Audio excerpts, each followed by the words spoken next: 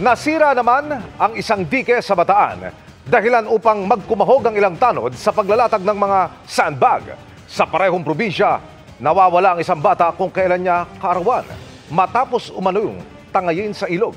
Mula po sa bayan ng Balanga, nakatutok live si Oscar Oida. Oscar! Yes, Emil, patuloy na pinaghahanap ng mga kinaukulan ang 3 taong gulang na batang lalaki na pinaniniwalaang tinangay ng malakas na agos sa may Dinalupihan, Bataan. Dito naman sa Balanga, isang dike ang nasira.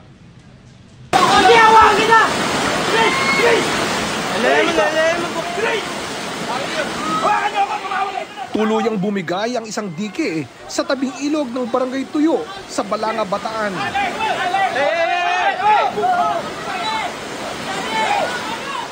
Yan ay matapos mapaulat na may tagas na ang istruktura. Noong July 22, umaga pa lang ho, tumawag ho yung residente rito na meron nga daw naglilik yung dike. Nagpadala ako ng 2 dump truck na panambak na sandbagging kami. Ang bandang hapon, alas 3, lahat ng sandbagging na ginagawa namin dito, inano na po niya, winas out na. Wala namang seryosong nasaktan maliban sa ilang galos na tinamo ng mga tanod. Nailigas na rin ng mga residente bago bumigay ang dike. Kanina, dumating ang mga kawani ng DPWH Bataan para agad lagyan ng pansamantalang pangharang sa nasirang dike. Sa Dinalupihan, Bataan naman, sinuyod ng mga taga-barangay tubo-tubo ang ilog na ito sa pag-asang matagpuan ang nawawalang kapitbahay na 3 taong gulang lang. Hindi sila natinag ng tuloy-tuloy na pag-ulan at malakas na agos. Malaking tulong po sa amin yun, yung makita lang yung anak ko. Napakalaki po. Malayo na po yung narating namin mag-asawa. Nagbabaka sakali kami na makatagilid-gilid makita namin pero wala. Masakit po sa akin yun. Dahil sa akin po siya nanggaling. Sa akin ko po siya, pinalaki ko po siya na hanggang ganun. Hindi ko po in-expect na magte-3, iwanan niya po ako. Pero hindi ko po siya pinabayaan. Alas 10 ng umaga nitong Martes, napansing wala na sa kanyang higaan sa bahay ang batang si Jules na nung unay inakalang natutulog pa.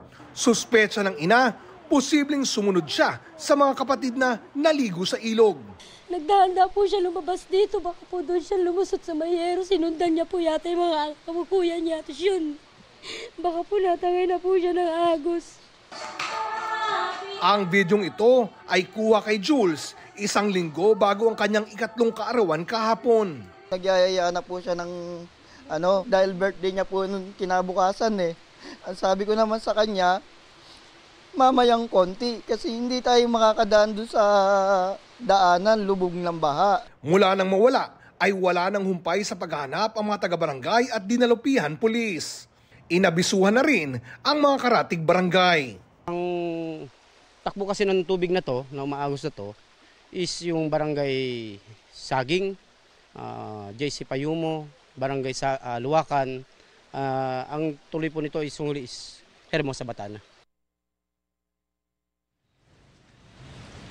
Samantala, Emil, patuloy na nananalangin ang mga magulang ng batang si Jules na sana'y matagpuan na siya sa lalong madaling panahon. Para sa anumang impormasyon, maaari pagbigay lamang sa mga kinauukulan. Emil? Ingat at maraming salamat, Oscar Oida.